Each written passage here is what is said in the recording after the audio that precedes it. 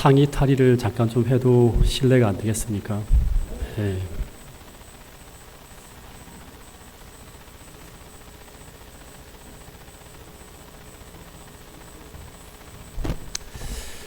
네, 행복한 안식일이고 또 귀한 찬양이 또 이 문막 지역 전체가 모여서 이렇게 함께하는 가운데 하늘을 소망하는 귀한 찬미로 인해서 하나님께 감사를 드립니다. 제가 처음에 이 문막교회를 올 때 느낀 감정을 잠깐 좀 소개를 하면, 이 시골에 이런 건물이 있다는 것이 놀랐습니다. 제가 많은 교회를 그렇게 다니진 않지만 대한민국에서 제가 다닌 교회 중에서는 가장 현대적이고 가장 세련되게 지어진 건물이 여기 있다는 어떤 생각이 들었습니다. 또 안교 시간부터 남성 사중창, 또 개척대 순서, 모든 순서를 통해서 이 문막교회의 희망을 좀 보는 것 같고요. 그리고 각 시간마다 쓰는 어떤 그런 이 문막 지역 교회들의 어떤 순서를 또 함께 보면서 문막 지역의 희망을 좀 보게 되었습니다. 모쪼록 이번에 이 말씀의 잔치가 이 문막 지역의 부흥에 기여할 수 있는 한 시간이 될 수 있기를 소망하는 그런 마음을 가지고 기도하면서 이 두 번째 시간을 여러분들과 함께 나누고자 하는데요. 이 두 번째 시간의 주제는 믿음에 대한 것입니다. 제가 이제 내가 경험한 이 진리의 보석들이라고 하는 주제 가운데 가장 기초가 되고 가장 중요한 부분 중에 하나라는 생각이 듭니다. 요 기초 하에서 다음번 시간에 있는 기도에 대한 것도 같이 연결이 될 것이고요. 마지막 시간도 같이 연결이 되는 주제라고 하는 생각이 듭니다. 이번에 하는 이 이야기들을 여러분들이 그냥 설교를 통해 다 암기해도 좋고요. 아니면 좀 메모를 하시면서 이 고재현 목사가 뭘 말하려고 하는지 확실하게 좀 정리할 수 있는 그런 시간이 되면 여러분들과 함께 참 의미 있는 시간을 보내게 될 거란 생각이 듭니다. 여러분, 믿는다고 하는 것이 무엇을 말하는 것일까요? 이 성경에서 말하는 믿음은 무엇에 대한 믿음이고 무엇에 대한 신뢰인가 하면 수도 없이 들었을 거예요. 인격체이신 하나님을 신뢰하는 거예요. 이 말이 무슨 말인가 하면 조금 더 구체적으로 말하면 하나님의 인격과 품성, 또 한 가지를 더한다면 그분의 능력을 신뢰하는 것입니다. 그래서 어떻게 보면 이 성경에서 말하는 믿음이라고 하는 것은 마치 우리가 쉽게 말하면 어머니와 아버지를 신뢰하는 것과 같은 것입니다. 그래서 우리 어린아이가 아버지, 어머니를 신뢰함으로 어떻게 하는가 하면 스스로는 아무것도 할 수 없어서 자신을 온전히 부모에게 어떻게 하죠? 의지하고 의탁하고 맡기게 됩니다. 그래서 믿음이라고 하는 것은 자신을 신뢰할 수 없기 때문에 자신이 신뢰할 수 있는 대상에게 자신을 의지하고 맡기는, 정확하게 말하면 그런 행동까지를 믿음이라고 합니다. 성경에서 말하는 믿음은. 그래서 믿음이라고 하는 단어에는 의지하다, 맡기다라고 하는 의미가 포함되어져 있습니다. 의지하다, 맡기다, 신뢰하다 다 동의어예요. 전부 다. 네. 그래서 내가 하나님을 믿는다고 하면서도 내게 있는 어떤 문제를 그 전능하신 하나님께 맡기지 못한다고 하는 것은 아직도 난 그분을 신뢰하지 못한다고 하는 것이고, 그것은 다시 말하면 그분을 믿지 못한다고 하는 것입니다. 예를 들면 이런 것입니다. 어떤 사람의 가까운 이웃 중에 한 의사가 있습니다. 이 사람이 말로는 정말 그분이 신뢰할 수 있는 분이라고 입에 침이 마르도록 칭찬을 합니다. 온 동네방네 이야기합니다. 이 사람은 정말 명의고 모든 걸 다 고칠 수 있다고 하면서, 마치 오늘 우리가 하나님에 대해 이야기하는 것처럼 하나님은 사랑이고 전능하신 분이라고, 그분을 믿을 수 있는 분이라고 입에 침이 마르도록 말하는 것과 똑같이 말을 합니다.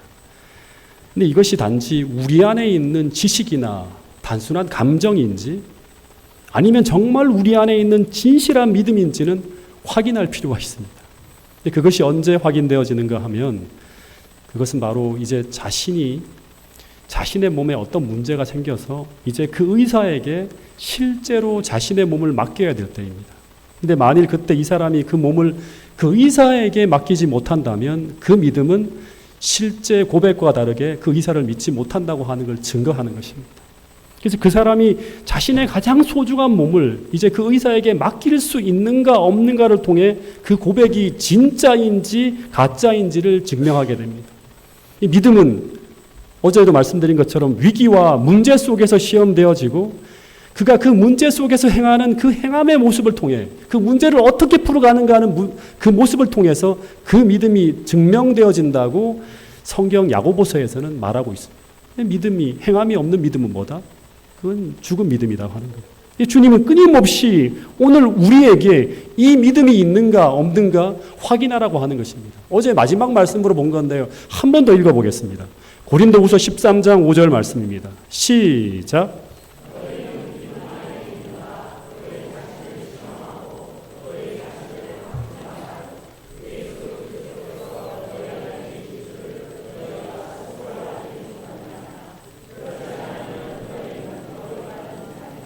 너희 안에 믿음이 있는가? 그냥 말로만 하지 말고 실제 행함을 통해서 자신을 시험하고 너희 자신을 확증하라고 하는 거예요. 믿음이 있어야지만 예수님이 우리 안에 있는 것입니다. 이게 확인되지 않으면, 오늘 우리 여러분의 삶에 확인되지 않으면 주님과 여러분은 끊어진 사람이라고 하는 것입니다. 그러면 중요한 것은 이런 성경에서 말하는 믿음은 어떻게 우리 안에 만들어질 수 있는가 하는 거예요. 제가 청년 때 만났던 한 친구가 있습니다. 근데 이 친구는 정말 처음 만날 때부터 서로가 너무나 마음이 잘 맞는 친구였습니다. 매번 만나면 신앙 이야기로 거의 밤을 지새워가면서 나눠도 그 시간이 짧을 만큼 그렇게 행복하고 기쁜 마음으로 만나는 친구였습니다. 봉화에 살던 친구였는데 그 친구 만나러 가면 그 다음날 밤을 꼭 새워요. 이야기하다 보면 날이 셉니다. 너무나 정직하고 너무나 진실하고 오직 예수님밖에 모르는 그런 친구였습니다. 그래서 만나기만 하면 주님 안에서 함께 꿈을 꾸면서 의기투합을 하던 친구였습니다. 거의 의형제 같은 친구였고 제 결혼식에 사회를 봐준 친구였습니다. 그런데 이 친구랑 시간이 지나서 한 해, 두 해 이렇게 흘러가다가 한 5년 지기쯤 지낼 때였습니다. 제게 어떤 현상이 나타났는가 하면 제가 어디를 가다가 좋은 것이 생기면 늘 이 친구 생각이 나는 거예요. 좋은 거 있으면 꼭 두 개를 삽니다. 하나는 제가 하고 하나는 이 친구에게 붙여주고 아니면 가져다 주었습니다. 그래서 수도 없이 봉화로 내려가는 거예요. 한 번도 이 친구랑 통화하다가 제가 막 핸델의 메시아 이야기를 그 전에 만나서 밤새도록 이야기를 해주니까 이 친구가 몇 번을 듣다가 형, 그게 너무 좋다고 하는 거예요. 그래서 그래? 그럼 제가 어떻게 했는가 하면 그 친구에게 그 핸델의 메시아의 가사가 담긴 책을 사러 일부러 강남에 있는 교보문고까지 가서 그 책을 사고 그 다음에 음반을 사서 그 친구에게 보내주었습니다. 근데 그렇게 해주는 것이 하나도 수고롭지 않고 제게 행복이었습니다. 근데 그렇게 교제를 해오던 어느 날 갑자기 이 친구가 서울로 올라와서 제게 통장을 하나 탁 주는 거예요. 형, 이 통장이 나에게 필요 없다고 하는 거예요. 이게 무슨 통장이냐고 물었더니 그 친구가 하는 말이 이 통장은 자신이 지난해 농사를 지어서 번 돈이 다 들어있는 통장이라고 하는 거예요. 이 통장을 왜 내한테 주냐 했더니 이 친구가 하는 말이 형, 나는 시골에 있으니까 돈 쓸 일이 거의 없다고 하는 거예요. 그래서 하는 말이 자신이 생각할 때 형이 서울에 있으니까 형이 필요한 것이 참 많을 것 같다고 하는 거예요. 그러면서 하는 말이 뭐냐 그러면 혹 다니다가 자신에게 필요한 것이 있는 것이라고 생각되는 책이나 자기한테 필요한 것이 있으면 사서 보내주고 나머지 형 알아서 써 이러는 거예요. 근데 이 말은 제게 어떻게 들렸는가 하면 이 친구가 그 돈을 나에게 맡기면서 이 돈을 나의 유익을 위해 사용해 달라고 요청하는 것처럼 들렸어요. 이 친구가 그 귀중한 돈을 전해 피땀 흘려 번 돈을 저에게 맡기는 행동을 하게 된 이유가 무엇일까요? 5년 동안 함께 교제하면서 저와 이 친구 사이에 만들어진 인격적 신뢰가 만들어졌기 때문이에요.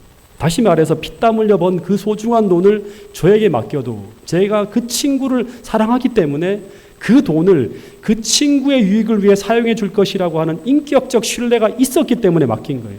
오랜 기간 교제를 통해 확인했기 때문에 맡긴 거예요. 제가 이것을 맡는 순간 제가 어떻게 살았을까요? 장부를 다 적어가면서 수도 없이 교보문고와 종교서점을 가는 거예요. 어디를 가나 이 친구에게 필요한 것이 무엇일까를 늘 고민하는 거예요. 이 친구에게 필요한 책을 다 사다 붙여주었고 그 돈을 친구의 유익을 위해 최선을 다해 사용하는 거예요. 이 친구는 나의 인격을 믿고 나에게 맡겼고 나는 그 맡겨진 것을 그 친구의 최선을 위해 유익을 위해 사용하였는데 이런 관계가 바로 하나님과 우리 사이에 만들어져야 될 무슨 관계다? 믿음의 관계라고 하는 거예요. 성경적 믿음은 이런 인격적 신뢰를 통해 만들어지는 것이기 때문에 절대 갑자기 한순간에 엄청난 믿음이 만들어지지 않는다는 거예요. 그래서 갑자기 엄청난 믿음이 만들어졌다고 하는 것은 대부분 뜨거운 감정이나 이런 것이지 믿음이 아닐 수가 있습니다. 왜냐하면 믿음은 인격체와의 교제를 통해 만들어져 가기 때문이라고 하는 것입니다. 끊임없는 교제를 통해서 이분이 얼마나 좋은 분인 줄 알고 내게 가장 소중한 것까지도 맡길 수 있는 사랑의 관계 속에서 형성되어지기 때문에 믿음은 한 믿음에서 더 큰 믿음으로 계속 더 깊은 교제를 통해서 한 단계 한 단계 성장해 나가면서 믿음은 커져가는 것이라고 로마서 1장 17절에서는 말하고 있어요. 의인은 그래서 뭐로 산다? 믿음으로 산다고 하는 거예요. 믿음에서 믿음으로 가는 거예요. 한 믿음에서 한 믿음에서 더 큰 믿음으로 성장해 가는 거예요. 그런 관점에서 본다면 믿음이라고 하는 것은 내가 믿고자 하는 상대가 어떠한지에 대한 알을 통해 만들어지는 것입니다. 왜냐하면 그 대상을 모르면 우리는 절대 위기의 순간에 내 자신을 그분께 맡길 수가 없습니다. 특별히 죽음을 앞에 두었을 때 우리가 평생 이분을 신뢰하면서 믿음으로 살아온 경험이 없다면 우리는 절대 그분 안에서 편안하게 잠들 수가 없습니다. 여러분 그래서 이런 성경절이 있는 거예요. 요한복음 17장 3절 같이 한번 읽어보겠습니다. 시작.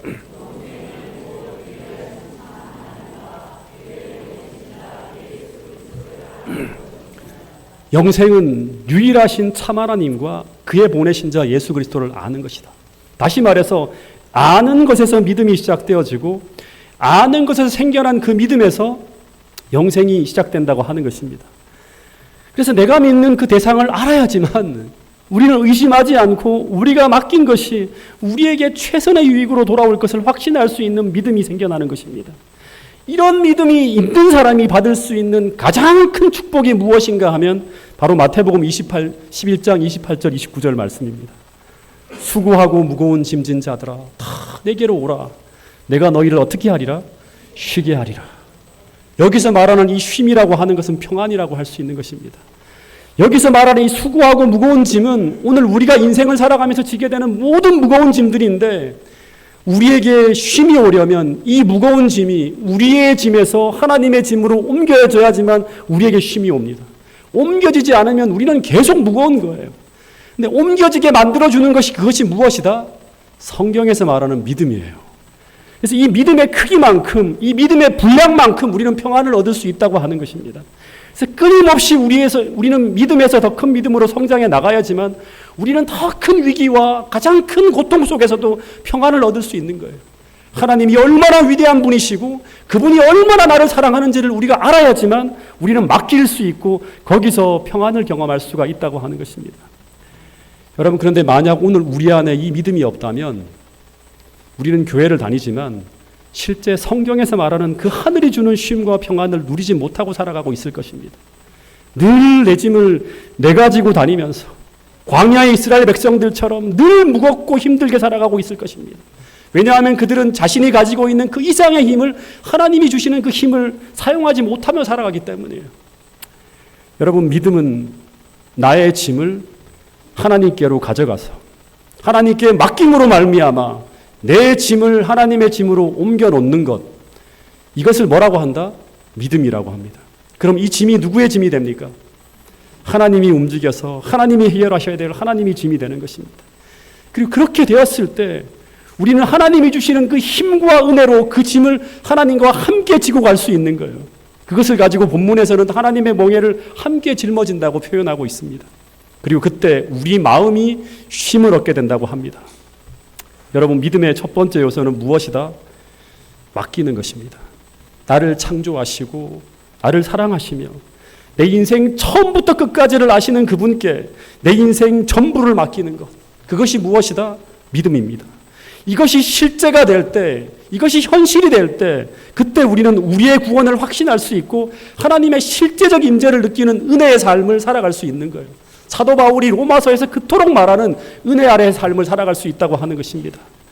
이 자리에 참여하신 이 문막지역 모든 분들이 이 믿음을 소유함으로 말미암아 하나님이 주시는 쉼과 평안과 안식을 꼭 누릴 수 있게 되기를 간절히 바라겠습니다.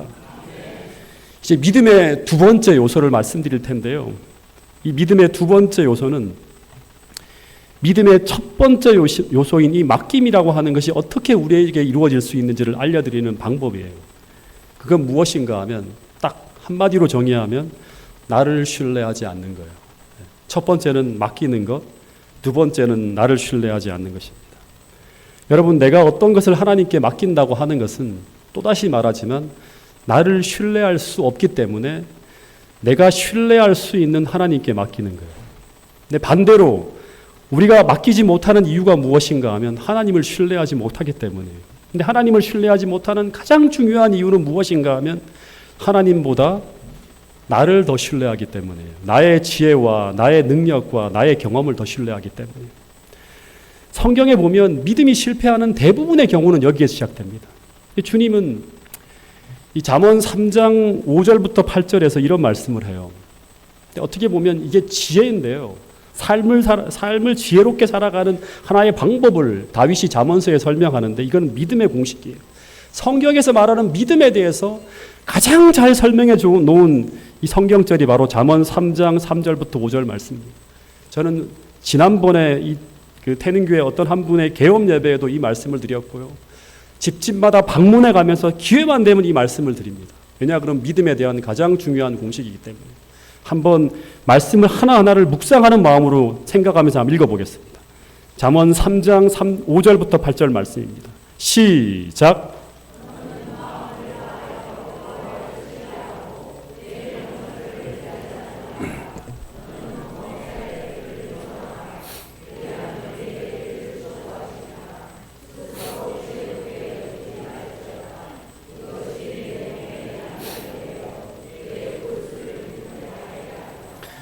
본문에 보면 하나님은 우리에게 그냥 하나님을 신뢰하라고 하지 않습니다. 어떻게 신뢰하라? 마음을 다해서. 어떻게 마음을 다해서 하나님을 신뢰할 수 있는가? 이런 마음을 다하는 이런 신뢰는 어떻게 만들어지는가? 본문에 보면 내 명철을 의지하지 않을 때예요. 그러니까 내 명철을 신뢰하지 않을 때예요. 두 번째는 그 밑에 보면 스스로 지혜롭다고 여기지 않을 때 마음을 다해서 하나님을 신뢰할 수 있다고 합니다. 참된 믿음의 두 번째 정의는 나를 신뢰하지 않는 것입니다. 이것을 쉽게 또 설명하면 하나님과 갈등하고 충돌하는 모든 나의 지혜를 언제나 내려놓고 포기하는 거예요. 쉽게 말하면 하나님의 뜻은 이렇게 사는 거예요. 근데 내가 볼 때 그 길로 걸어가면 망할 것 같아요. 내가 생각할 때는 이 길이 하나님이 제시하는 것보다 더 좋아 보일 때, 그때 내가 볼 때 좋아 보이는 그것을 어떻게 하는 거다? 포기하는 거예요. 이것을 가지고 뭐라고 한다? 믿음이라고 하는 거예요. 이것을 가지고 자기 부인 혹은 자아 포기 혹은 내려놓음이라고 하는 말로 표현하기도 합니다. 전부 다 믿음의 행동을 설명하는 용어들이에요. 근데 왜 내 지혜와 내 방법을 포기해야 되는가? 하나님이 나보다 한두 배가 아니라 억만 배 지혜롭다고 하는 것을 우리가 믿기 때문이에요. 그래서 이 믿음이 있다면 우리는 마음을 다해서 하나님을 신뢰하게 되고 하나님과 충돌하는 모든 나의 지혜를 포기하고 내려놓을 수 있을 것이라고 하는 것입니다. 여러분, 믿음에는 두 가지 의미가 있다고 하였습니다. 하나는 하나님을 신뢰하며 그분에게 내 인생 모든 것을 어떻게 하는 것이다? 맡기는 거예요. 맡긴다고 하는 의미는 무엇이다? 내 지혜와 내 명철을 신뢰하지 않고 여호와를 신뢰하는 것입니다. 이것을 가지고 성경에서는 완전히 자기를 하나님께 굴복하고 드리는 것이라고 표현합니다.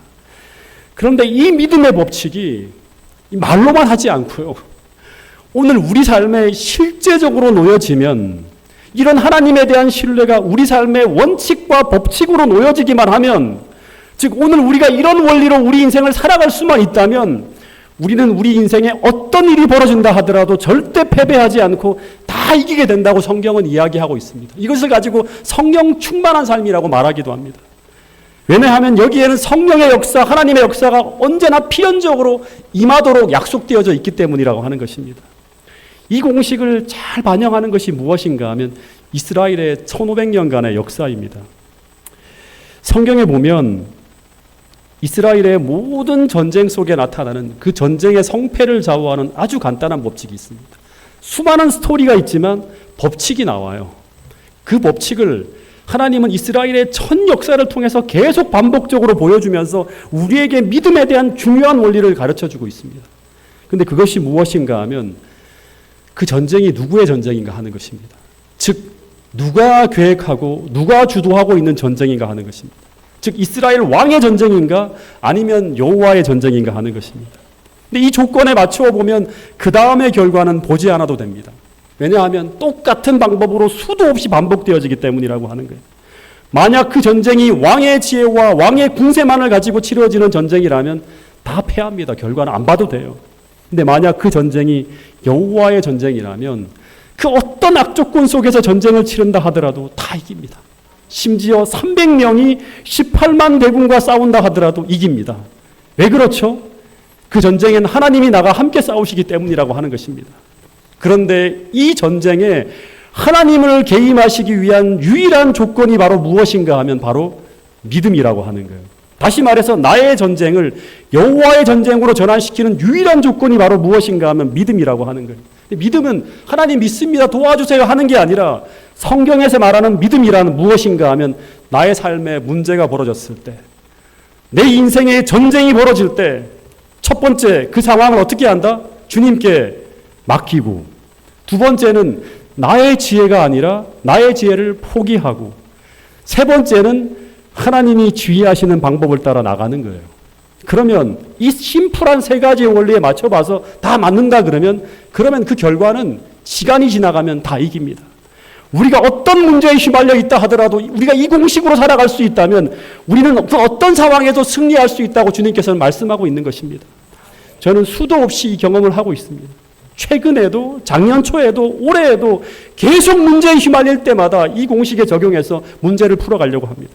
즉 내가 풀 수 없는 어떤 궁지에 몰려 있다는 생각이 들 때 그때마다 이 문제를 하나님께 기도로 맡기고, 두 번째 내 경험과 지혜와 방법이 아니라 하나님의 지혜를 구하고, 세 번째 오직 하나님의 방법을 따라 기도하며 나갈 때, 즉 성경적 방법으로 그 문제에 맞서게 될 때 그때마다 그 상황이 내가 생각하는 것과 전혀 다른 국면으로 만들어지면서 풀려나가는 것을 실제적으로 경험한다고 하는 것입니다. 즉 그 문제를 해결하시는 하나님을 경험할 수 있다고 하는 것입니다. 여러분 성경을 한번 읽어보세요. 성경에 나오는 구약 성경의 모든 전쟁사는 수만 가지 전쟁 이야기가 나오지만 상황과 형편은 다 다르지만 그러나 단 하나의 오차도 없이 이 단순한 패턴에 따라 이루어지는 것을 볼 수 있습니다. 그 대표적 사례를 하나 말씀을 드리면 출애굽기 14장에 보면 이스라엘 역사에 대표적인 승리의 역사 이야기가 나오는데 그 시작이 뭔가 하면 앞에는 홍해가 펼쳐져 있고 뒤에는 세계 최강의 바로의 군대가 이스라엘 길을 막고 포기하고 있는 모습으로 시작되어집니다. 근데 당시 이 모세는 이스라엘 백성들을 이끌고 어떻게 해야 되는가 하면 가나안으로 전진해야 될 상황입니다. 이 보통 문제가 아닌 성경 역사상 가장 큰 문제가 그 앞에 놓여 있는 것입니다. 근데 이때 이 기가 막힌 문제 앞에서 모세가 어떻게 이 문제를 해결합니까? 모세가 자신이 가지고 있는 힘과 능력만을 바라봐서는 100년, 1000년 고민해도 해결책이 나오지 않는 문제 앞에 딱 서 있는 거예요. 도저히 해결이 안 되는 것입니다. 또 고민하고 밤새워 생각해도 해결책이 없습니다. 근데 모세가 이 문제를 풀기 위해서 첫 번째 어떻게 하는가 하면 스스로의 방법을 내려놓고 기도로 이 문제를 하나님께 맡깁니다. 그러자 갑자기 순식간에 이 전쟁이 어떻게 전환되어지는가 하면 어떻게 전환되어지죠? 이집트 대 이스라엘의 전쟁에서 여호와 하나님 대 이집트의 전쟁으로 바뀌어집니다. 그 이야기가 바로 뭐냐 그러면 하늘에서 이런 음성이 들려오면서 시작되어집니다. 출애굽기 14장 13절 14절에 보면 이런 말씀이 있습니다. 모세가 백성에게 이르되 너희는 두려워하지 말고 가만히 서서 여호와께서 오늘 너희를 위하여 행하시는 구원을 보라. 너희가 오늘 본 애굽 사람을 영원히 다시 보지 아니하리라. 14절 말씀을 같이 한번 읽어보겠습니다. 시작.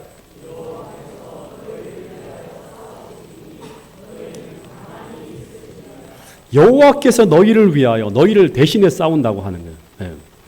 이 말씀은 하나님께서 이제 이 전쟁에 어떻게 하신다? 개입하신다고 하는 것입니다. 하나님께서 모세의 방법이 아닌 이제 이 전쟁을 당신이 취하여서 당신의 방법으로 모세를 대신해 싸우겠다고 선포하시는 것입니다. 여러분 근데 여기서 조금만 또 한 번 생각해 봐야 될 게 뭐냐 그러면 하나님께서 모세를 대신해 싸우기 위해서 모세를 대신해서 하나님의 방법으로 싸우시기 위해서 모세가 어떻게 해야 되는가 하면 모세의 지휘권을 내려놔야 돼요. 모세가 아닌 하나님이 이 전쟁을 지휘하기 위해서는 모세가 자신의 지혜를 내려놓아야 돼요. 그래야지만 하나님께서 모세를 대신해서 하나님의 방법으로 싸울 수 있는 거예요. 근데 만약에 모세가 자기를 신뢰하는 이 마음을 끝까지 내려놓지 않으면, 즉 하나님을 믿지 못하면 하나님은 절대로 모세를 대신해서 싸울 수가 없다고 하는 거예요. 아무리 하나님이 지혜롭다 하더라도, 아무리 하나님께서 능력이 많으신다 하더라도 하나님의 방법을 따라서 우리가 순종할 수 있는 이 믿음이 없다면 하나님의 능력과 지혜는 우리에게 아무 쓸모가 없는 거예요. 홍해 바다로 들어가라 하더라도 우리 못 들어가요. 거기 죽습니다 하면 어떻게 하나님께서 홍해를 가를 수가 있습니까? 아무것도 할 수 없다고 하는 것입니다. 그래서 믿음에는 뭐가 필요하다? 진짜 중요한데요. 나의 지혜를 포기하고 주님의 방법을 따라가는 이 순종이라고 하는 의미가 포함되어져 있다고 하는 걸 우리가 기억해야 된다고 하는 사실입니다. 어쨌든 모세가 하나님의 명령을 따라서 이스라엘 백성들에게 자신의 지혜를 내려놓고 하나님의 지휘대로 움직이기 시작하는데, 그 첫 번째 순종해야 될 스텝이 뭐냐? 그럼 하나님의 방법이 뭔가 하면 죽음의 길처럼 보이는 차가운 홍해 바다 속으로 다 몰고 가라고 하는 거예요. 홍해가 갈라지기 전에 먼저 지팡이를 내밀고 홍해 바다 속으로 들어가라고 합니다. 근데 그 하나님의 지휘하시는 명령에 순종해서 히브리 11장에 보면 이 이스라엘 백성들의 순종의 믿음이 나옵니다. 순종해서 그 차가운 홍해 바다 속으로 믿음으로 들어갈 때 그 다음에 어떤 일이 벌어진다? 하나님의 개입, 홍해를 가르는 하나님의 바람, 동풍이 붑니다. 이 바람이 바로 뭔가 하나님의 역사 개입인 성령이 역사하는 것입니다. 그래서 어떻게 되었는가? 하나님이 개입하자 그 싸움의 결과가 어떻게 나타나는가? 모세가 평생에 걸쳐 고민해도 해결할 수 없었던 문제가 한순간에 홍해가 갈라짐으로 사라지는 거예요. 이스라엘 백성은 홍해를 무사히 건넜고 애굽의 군대는 사라집니다. 지긋지긋하게 그들을 괴롭혔던 이 애굽의 문제가 싹 사라지는 거예요. 다시 말합니다. 믿음은 첫 번째 어떻게 한다? 잊어버리셨습니까? 믿음은 첫 번째 맡기고, 두 번째는 내 명철과 지혜를 버려야지만 홍해 바다 속으로 들어갈 수 있는 거예요. 세 번째, 그분의 인도하심에 맡길 수만 있다면, 순종할 수만 있다면 오늘 우리를 괴롭히는 수많은 인생의 문제들이 하나님의 개입으로 사라지는 역사를 우리도 볼 수 있다고 성경은 말하고 있는 것입니다. 여러분, 그래서 믿음은 모든 것을 가능하게 하는 위대한 것입니다. 다시 말합니다. 믿음은 나의 문제를 하나님께 맡기는 것입니다. 그 어떤 문제라도 맡기는 것입니다. 작은 문제부터 큰 문제까지 다 맡기는 거예요. 그리고 내 방법, 내 지혜가 아닌 나보다 억만 배 더 지혜로운 하나님의 방법을 따라가기 위해서 하나님 앞에 전적으로 굴복하며 순종하는 것입니다.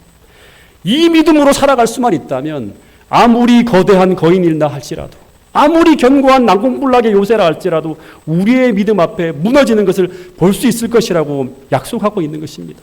문막 지역의 모든 교회마다 모든 성도들이 이 믿음으로 살아가는 위대한 하나님의 종들로 거듭나게 되기를 간절히 바라겠습니다. 제가 이런 공식을 성경에서 정리하게 된 계기가 있습니다. 제가 어디를 가나 이 이야기를 좀 하는데요. 제가 신학 공부를 하던 때 겪었던 일입니다. 제가 2006년에 목회 시험을 보게 되는데, 그때 이제 소명 진술서라고 하는 걸 써야 돼요. 어떻게 소명을 받았는지. 근데 소명 진술서를 제출할 때 제가 이 간증문을 소명 진술서로 제출했던 그 이야기입니다. 우리 그 당시에 저를 채용하셨던 그때 임원이 우리 총무부장님이신 명득청 목사님이 계신데요. 근데 아마 제가 제출한 이것을 다 읽으셨을 것입니다. 제가 이 경험을 통해서 하나님의 부르심을 확인하게 되고, 믿음이라고 하는 아주 중요한 공식을 이 경험을 통해 제가 체득하게 되고, 이것을 성경적으로 또 연구해서 끝없이 사람들에게 전하고 있는 이야기인데요. 제가 그걸 좀 말씀드리고 오늘 말씀을 좀 마감하려고 하는데요. 제가 처음으로 목회를 향한 하나님의 부르심을 확인하게 된 게 2003년도입니다. 그때 신학을 공부하기로 결심을 했는데, 근데 제가 이제 34세 이제 부르심을 받았겠는데, 그 당시에 제게는 두 아이가 있었어요. 예. 이 가장으로서 앞으로 어떻게 공부를 해 나가야 될지에 대한 계획을 세우기 시작하는데, 그 계획의 중심 속에 뭐가 있는가 하면 신학을 공부하기 전에 제가 사놓은 아파트가 하나 있었어요. 그 역세권 주변이라서 잘 팔릴 수 있는 그런 아파트였는데, 제가 이제 그 공부를 하기 위해서는 내 공부를 쉽게 결정하게 된 게 뭐냐 그러면, 이거를 팔면 되니까, 이거를 팔면 한 3년 동안 우리 아이들하고 같이 이제 먹고 살 거를 다 하고 저 공부도 할 수 있을 거라 생각을 하면서 이걸 부동산에 내놓았습니다. 그리고 팔게 해달라고 계속 기도를 했어요. 근데 이상한 것은 신학을 공부하기로 딱 결심하는 그 즈음에 어떤 일이 벌어지는가 하면 이 9.11 테러 사건이 탁 터지면서 경기가 완전히 얼어붙고요. 제가 계획한 것이 완전히 이상하게 꼬이기 시작하는 거예요.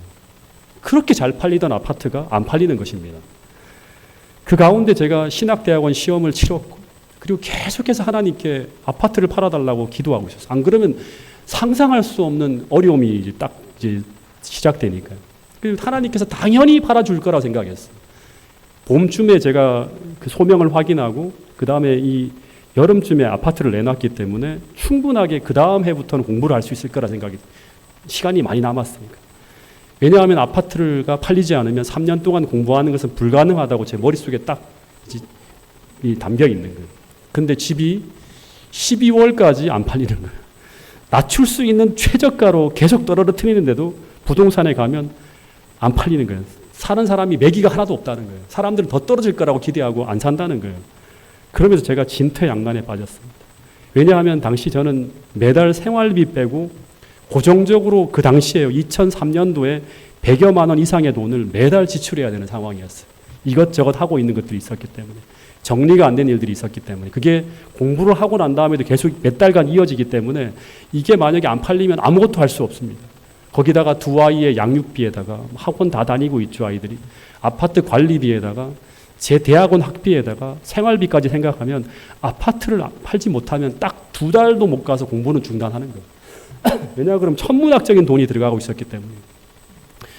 매일 기도하는 내용이 뭐냐 그럼 하나님 부르셨지 않습니까? 신학을 공부하기를 바라신다면 이 아파트 팔아달라고 계속 기도했어요. 계속 시간이 흘러가는데 아파트가 팔릴 기미가 보이지 않는 거예요. 제가 어떤 생각까지 들었는가 하면 이 아파트가 안 팔리면 공부하는 것이 불가능하다는 생각에 심지어 몇 달 동안에 거쳐서 확인한 소명까지 막 흔들리려고 하는 거예요. 제가 아내한테 이 아파트 안 팔리면 하나님이 부르신 게 맞을까? 이런 얘기까지 하니까 당시 아내가 그런 말 나올 때마다 제게 반복적으로 한 말이 뭐냐 그러면 다른 모든 것은 다 흔들려도 이 소명에 있어서만은 흔들리지 말자고 하는 거예요. 왜냐하면 이것은 몇 번에 걸쳐 기도하면서 확인한 것인데 만약 여기서 흔들려 돌아가면 자신의 신앙까지 위태로워질 거라고 하는 거예요. 주님의 뜻이 이것인데 돌아가게 되면 내가 신앙하는 게 뭘까?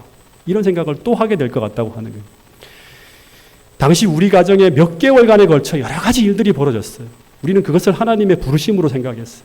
그것을 또다시 확인하기 위해서 재림연수원에 서로 기도하면서 우리 두 사람이 그것을 확신하고 이제 준비하고 있는 상황이었는데 갑자기 상황이 이렇게 변하니까 정말 난감했어요. 진퇴양난이 앞에는 홍해라서 앞으로도 못 나가고 돌아가려고 하니까 뒤에 애굽의 군대가 있으니까 뒤로도 못 가는 거예요. 완전 진퇴양난인 거예요. 그러면서 계속 기도하고 있는데 이상한 한 사건이 터졌습니다. 전 이것을 잊지 못합니다. 2003년 12월이었어요. 그날도 계속 길이 막힌 궁지에 있었지만 끝없이 기도하는 게 하나님 부르셨다면 길을 만들어 달라고 계속 기도하고 있는 거예요. 그 길은 뭐예요? 저 아파트 팔리는 거예요. 주님 싸게라도 팔아주세요 하는 거예요. 근데 아내가 재롱이 잔치 준비로 어린이집에서 지친 몸으로 계속 늦은 시간까지 일하고 돌아왔어요. 근데 그날은 조금 일찍 돌아온 것 같아요. 근데 아내가 먼저 아이들을 재우고 집안일을 하려고 이제 재우고 난 다음에 애들을 집안일을 하려고 거실에서 애들을 토닥토닥 재우다가 아내가 잠이 들어버렸어요. 그 시간이 언제인가 하면 저녁 한 8시쯤 되었을 거예요. 근데 제가 생각할 때 아침밥을 안 해놓고 자면 아이들과 아내가 밥을 못 먹고 출근할 것 같아서 제가 아침밥을 해놓고 자야겠다 생각을 하고 쌀을 씻어갖고 가스레인지 위에 불을 켜놓고 올려놓았습니다. 근데 그때까지 이 작은 아이가 아내도 자고 큰 아이도 잠들었는데 이 작은 아이가 지금 24시예요. 그 아이가 거실에서 눈을 똘망똘망 뜨고 혼자 깨어 있는 거예요. 제가 다시 그 꼬맹이를 재우기 위해서 옆에 누워서 토닥토닥 거리다가 저도 그만 깜빡 잠들어 버렸어요. 그 시간이 언제인가 하면 8시에서 9시 사이예요.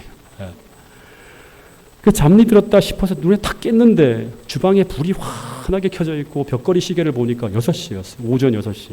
10시간이 지나간 거예요. 저는 그 전에 무슨 짓을 했는지를 생각도 못하고 아무 생각 없이 일어나서 화장실에 가야겠다 생각해서 가다가 보니까 주방 쪽을 보니까 그때까지 가스레인지가 켜져 있는 거예요. 그냥 달려가서 불을 끄면서 와 이제 밥이 새까맣게 탔다는 생각에 한숨을 푹 쉬었어요.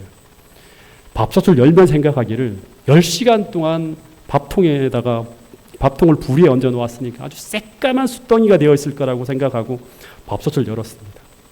근데 다행히 위에 밥은 안 탔는지 하얀 쌀밥이 보였어요. 그래서 한 그릇은 나오겠다 생각하고 저는 주걱을 가지고 속은 얼마나 탔는지를 확인해야 되기 때문에 푹 찔렀어요. 근데 이상하게 주걱이 쑥 하고 바닥까지 들어가는 거예요. 너무나 이상해서 바닥을 한번 주걱 가지고 긁었는데 밥이 바닥까지 단 한 톨도예요. 한 톨도 눌러붙지 않고 딱 그대로인 거예요. 저는 그 순간 너무 놀래갖고 아내에게 막 달려가서 놀라운 일이 일어났다고 하면서 아내를 막 깨웠어요.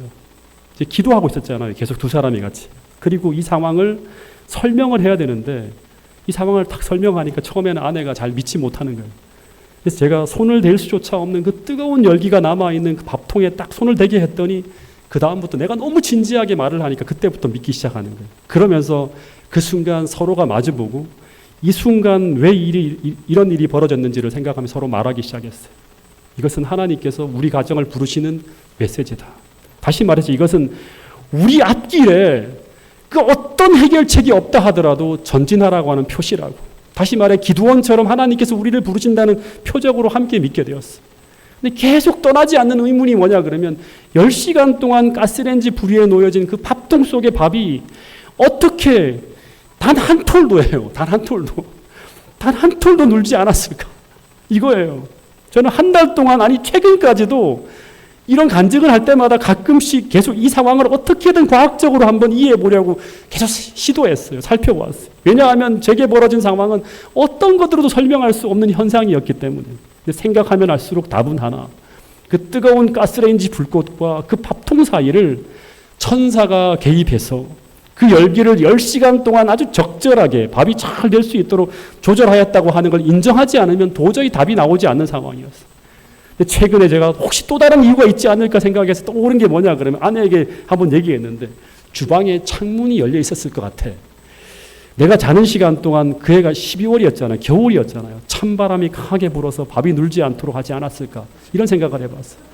자연의 원리로 한번 생각해 보기로 생각했어요. 근데 10시간 동안 그 가스레인지 위에 놓여진 그 밥통에 이 밥이 눌지 않도록 한 톨도 눌지 않도록 바람을 불게 하셨다면 불을 꺼트리지도 않고 너무나 맛있는 밥이 되도록 하신 것은 하나님의 바람, 성령의 바람이 아닐까. 그것도 결국에 하나님이에요. 하나님으로 생각할 수밖에 없는 거예요. 이 사건을 바라보면서 저는 생각했어요. 믿음은 그 어떤 상식과 자연 법칙을 뛰어넘어 내 현실에 개입할 수 있는 하나님의 전무한 능력과 지혜를 바라보며 현재의 상황과 현상을 하나님 없이 바라보는 것이 아니라 믿음의 주여 온전케 하시는 이인 예수와 그분이 우리에게 약속하신 그 약속과 그분의 뜻만을 바라보며 나가라고 하는 하나의 메시지라고 저는 생각을 했습니다. 여러분 이 믿음이 얼마나 갔을까요? 12월에 그 사건이 있었고요. 무리해서 등록을 했고요. 엄청난 비용이 들어갔어요. 그럼 하나님이 이걸 보여주셨으니까 나머지 모든 문제를 한 번에 다 해결해 주셔야 되는데 한 달 버티는데요. 매달 아슬아슬하게 한 달 넘어가는 거예요. 미치도록 아슬아슬하게. 근데 그런 힘든 상황이 계속되어지니까 또다시 제 믿음이 흔들리기 시작했어요. 더하여 상황이 어려워지니까 기적은 전혀 저를 비틀어주지 못했습니다. 마치 홍해가 갈라지는 기적을 보고 난 후에 며칠 만에 3일 만에 광야에서 믿음을 잃어버린 것처럼 힘들게 한 학기를 마치고 여름방학이 됐어요. 2학기를 등록해야 될 즈음에 이제 문제가 좀 해결이 돼야 되는데 힘든 상황이 더 절정으로 가는 거예요. 완전히 상황이 꼬여서 코너로 몰리는 상황이 또 왔어요. 2004년 9월인데 8월에 말에 개강을 했는데 등록을 하지 못하고 있었고 밥통 사건의 기적이 있었지만 또다시 제가 뭐를 바라보는가 하면 팔리지 않는 아파트를 계속 바라보고 기다리고 있는 거예요. 왜 안 팔아주는지 이해가 안 되었어요. 계속 값을 내리며 팔려고 하는데 아무리 싸게 놓아도 팔리지 않는다고 하는 거예요. 부동산에 똑같은 말만 반복되는 거예요. 그것만 팔리면 모든 것이 해결되어지는데 하나님은 왜 이렇게 아슬아슬하게 살아가게 하고 왜 이렇게 나를 힘들게 하는지 도무지 이해가 안 되었어요. 지금 웃으면서 말하지만 그때는 미칠 정도로 힘들었어요. 그래서 계속 집이 안 팔리니까 어떻게 했는가 하면 전세를 살고 있는 집을 월세로 옮겨서 그 돈을 가지고 등록금을 쓰려고 했는데 그것도 없어요. 그것도 안 나가는 거예요. 그런 상황에서 생활비가 완전 바닥이 나버린 상황이 되었어요. 어느 날 단돈 5만 원으로 제 아내와 다투게 되는 일이 벌어지는데 등록금 문제로 고민하는 사이에 장모님 생일이 설상가상으로 온 거예요. 근데 아내가 고민하다가 금요일 날 저녁에 예배를 마치고 돌아왔는데 아주 어렵게 저한테 말을 꺼내는 거예요. 어머니 생일 선물을 사야 한다고 하면서 5만 원이 필요하다고 하는데, 근데 그 돈이 없는 거예요. 당장 학교 갈 돈도 떨어지고 있었고, 심지어 신학기 책 살 돈도 없는데 5만 원짜리 어머니 장모님 생일 선물을 보고 그것을 사고 싶어하는 아내에게 그 선물을 사라는 말을 못하는 거예요. 너무나 비참한 거예요. 말을 못하고 이게 고개를 돌리고 있는데 갑자기 아내가 막 우는 거예요. 그러면서 아내가 음식물 쓰레기를 버리겠다면서 나가버리는 거예요. 그리고 난 후에 이 사람이 1시간이 지나도 안 오고 2시간이 지나 안 들어오는 거예요. 한참을 지난 후에 밤 11시 넘어서 들어오는데 얼마나 울었는지 두 눈이 퉁퉁 붓고 빨개진 눈을 하고 들어오는 거예요. 근데 더 이상 말을 꺼내면 안 될 것 같아갖고 안식일이 엉망이 될 것 같아서 아무 말도 하지 않고 기도하고 잠을 자고 아침을 맞았어요. 그 다음날 아침에 안식일에 교회에 아주 침울하게 한마디도 안 하고 그냥 의정부 교회예요. 우리 최중원 목사님 다니던 그 교회입니다. 탁 들어가자마자 밥통 사건 이상의 감격스러운 상황이 기다리고 있었어요. 교회 정문 앞에서 한 집사님이 민경이를 계속 기다리는 거예요. 집사님들 언제 오냐고. 제 아내 이름이 민경이인데. 딱 아내가 탁 내리자마자 그 집사님이 마당으로까지 내려와서 아내를 손을 잡고 끌면서 유년관으로 데리고 들어가는 거예요. 근데 제 아내가 그 집사님을 만났다 돌아오면서 저를 보자 눈물을 펑펑 흘리면서 대성통곡을 하는 거예요. 그 표정은 지금도 기억하는데요. 하나님을 만난 것 같은 표정이었어요. 이런 말을 하는 거예요. 성주 아빠 하면서 제게 이런 말을 했어요. 하나님이 어젯밤에 그 엘리베이터 계단 밑에서 소리도 못 내고 다른 사람이 들을까 봐 혼자 울며 기도했던 그 기도를 하나님이 정말로 다 들으셨는가 보다고 하는 거예요. 그게 어떤 상황이었는가 하면 아내는 저와 다툰 후에 제 앞에서 등록금 문제의 어려움 때문에 눈물을 보이기 싫어서 쓰레기를 버리러 나간다고 하면서 핑계를 대놓고 돌아오지 않고 아무도 없는 엘리베이터 계단 밑에서 혼자 쭈그리고 앉아서 훌쩍거리며 계속 기도했다고 하는 거예요. 하나님 다 하시지 않냐고. 우리를 부르셨으니까 분명히 인도해 주실 줄 믿어요. 지금의 어려운 상황이 분명히 해결되어질 걸 믿는다고 하면서 통곡하며 기도했다고 하는 거예요. 근데 그 안식일에 교회에 들어서자마자 그 집사님이 오셔서 우리에게 딱 필요한 만큼의 돈을, 여러분 늘 얘기하잖아요. 소름 끼칠 정도로 정확한 그 돈을 3개월만 쓰게 해주겠다고 말씀하시며 그 돈을 빌려주는 거예요. 근데 그 돈은 우리에게 정말 소름 끼칠 정도로 정확하게 필요한 돈이었어요. 그 돈이 있어야 됐어요. 그 집사님이 당시 삼성 지역에 있던 학원 자리가 헐리면서 보상을 받은 돈이 있는데 그날 갑자기 아내에게 돈을 빌려주겠다고 하면서 그날 아침 교회 문 앞에서 제 아내가 오기만을 기다리고 있었다고 하는 거예요. 하나님은 아내가 기도하던 그 시간에 제 아내의 기도 소리를 들으시고 천사를 보내사 그 집사님의 마음을 감동시키고 계셨다고 하는 거예요. 여러분 이것은 단 하나의 보탬도 없는 실제 일어난 이야기입니다. 그 집사님은 금요일 밤에 안식일에 돈 이야기하는 것이 좀 그래서 전화기를 들었다 놨다 반복하다가 전화를 걸지 못해 안달하다가 그 다음날 아침 집사님은 왜 그래야 하는지도 모르고 우리가 얘기를 안 했으니까요. 그 돈을 들고 와서 우리에게 돈이 필요하지 않냐고 하면서 달려왔다고 하는 것입니다. 여러분 다니엘서 9장 10장에 그 다니엘의 기도를 들으시고 가브리엘 천사를 통해서 고레스의 마음을 감동시키사 이스라엘 해방령을 내리신 주님께서 동일하게 우리를 위해 그 집사님의 마음을 감동시키셨다고 하는 것입니다. 여러분 구약에 나와 있는 그 성경 이야기가 실제로 오늘의 우리의 삶에도 일어난다고 하는 사실을 여러분 모두가 믿을 수 있게 되기를 간절히 바라겠습니다. 근데 그 집사님은 그 돈을 우리에게 빌려주면 안 되는 상황이었습니다. 왜냐하면 그분은 3개월 후에 12월에 다시 학원을 계약해야만 되는 상황이에요. 딱 3개월만 빌려주겠다고 하는 거예요. 근데 제가 학생이잖아요. 그 돈을 어떻게 해결하겠어요? 근데 그 돈은 빌려줘야 될 돈이 아니라 통장에 넣어둬야 될 돈이었습니다. 근데 왜 돈을 빌려달라고 했는데 그 집사님은 학생 신분인 제게 뭘 믿고 돈을 들고 와서 우리에게 빌려주겠다고 하면서 기다리기까지 했는지 정말 이해할 수 없는 일이에요. 물어봤는데도 지금도 모르겠대요. 예. 근데 우리가 그 빌린 돈을 3개월 후에 반드시 갚아야 됐는데 놀랍게도 딱 석 달이 지나가자 그렇게도 안 나가던 아파트가 팔린 게 아니라요. 제 집이 전세에서 월세로 딱 옮겨지면서 약속한 돈을 정확하게 갚을 수가 있었습니다. 그러면서 기가 막히게 막혀있던 모든 것이 한 달 지나가면서 다 해결되었어요. 그리고 마지막 학기를 마쳤는데 그때 저는 입이 다물어지지 않을 만큼 놀라운 사실을 하나 발견했는데요. 그게 뭔가 하면 마지막 학기까지 제가 그렇게 기도하고 바라보고 의지하던 그 아파트는 여전히 안 팔렸다고 하는 사실이에요. 다시 말해서 제 계획 속에 3년간의 공부를 위해서 반드시 팔려야 했던 그 집은 안 팔렸지만 그러나 공부는 마쳤다고 하는 것입니다. 즉 저의 지혜는 별 쓸모가 없었다고 하는 거예요. 제가 어저께도 말씀을 드렸죠. 다시 말해 이 말은 제 계획은 실패했지만 하나님이 저를 신학의 길로 공부시켜서 목회자로 만드시겠다고 하는 하나님의 계획은 성공했다고 하는 것입니다. 하나님과 제가 똑같이 하나님의 뜻을 이루기 위한 계획을 갖고 있었는데 근데 하나님은 제 계획이 아니라 훨씬 더 멋지고 훨씬 더 영광스러운 하나님의 계획과 방법으로 저를 인도했다고 하는 사실입니다. 이 과정에서 겪은 모든 고민은 대부분 제가 인간적 방법으로 계산할 때 다시 말해 내 지혜를 포기하지 않고 내 지혜를 의지할 때 벌어진 머릿속으로만 이루어진 염려였다고 하는 사실입니다. 저는 이 경험을 통해 믿음에 대한 중요한 공식을 하나 배우게 되었는데 여러분 믿음으로 우리 문제를 첫 번째 어떻게 하고 맡기고 두 번째는 내 명철이 아니라 그분의 지혜를 따라 살 수 있는 그 살아있는 믿음만 오늘 여러분과 저에게 있다면 우리는 그 어떤 상황 속에서도 염려할 필요가 없다고 하는 사실을 기억할 수 있게 되기를 간절히 바라겠습니다. 우리의 모든 복잡한 문제는 그분의 지혜대로입니다. 그분의 방법대로 성경적 방법대로 다 해결된다고 하는 것입니다. 여러분 지금 이 순간 반드시 하나님이 개입하여야 될 그런 문제 가운데 있는 분이 혹 이 자리에 계시다면 여러분 하나님을 대신해서 여러분들께 호소합니다. 그 문제를 그리고 여러분의 인생 전부를 하나님께 맡기고 이 위대한 믿음의 법칙을 따라 살아가는 신앙의 모험을 꼭 해보시기로 결심하게 되길 간절히 바라겠습니다.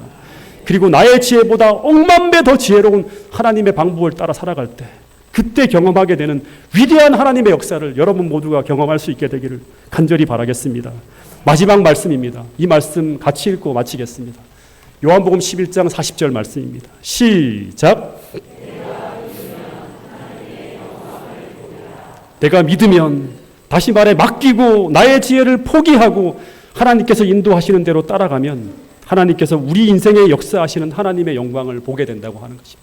이 말씀이 문막지역 모든 성도들과 교회에 전하는 하나님의 말씀이 되기를 간절히 바라면서 오늘 말씀을 드리도록 하겠습니다.